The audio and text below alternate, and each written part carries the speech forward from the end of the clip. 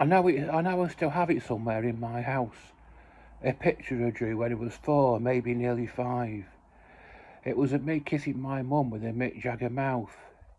If I saw it now, it'd remind me of a much happier time, when both my parents had reasonable health and life was so much more straightforward.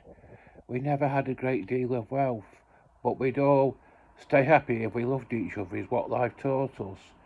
It will be 12 years ago next month on the 20th day since my father was in hospital with lung cancer, which took him away. Mum always said I purred like a cat when on his knee as a baby I sat. Deeply religious, loving and kind, it always brings happiness when he is brought to mind. Mother now in her 70s, in her hospital bed, unable to swallow her food, so fed through a tube instead. Had her second stroke a couple of months ago, had encephalitis last year, but despite these trials I know I must stay strong and not live in fear.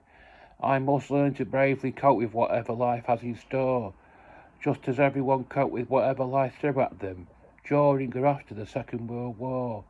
Even though life isn't as easy to cope with now as what it was years ago. I'll always have those photo albums from earlier days, with memories from my childhood, my adolescence, and despite this latest blow, I must try to get the most out of life at all times, always. Live your life to the fullest. Get what you can out of it while you still can. That's a lesson life has taught me. And the greatest thing in life is to be love's biggest fan, because love costs nothing, it's free. Oh, it's taken me just over 2 minutes to read that poem, and I want to get this video up to for full length for YouTube, which is 3 minutes. This is the first of my poems that I've read from one of the books that I've reviewed in my book reviews playlist. So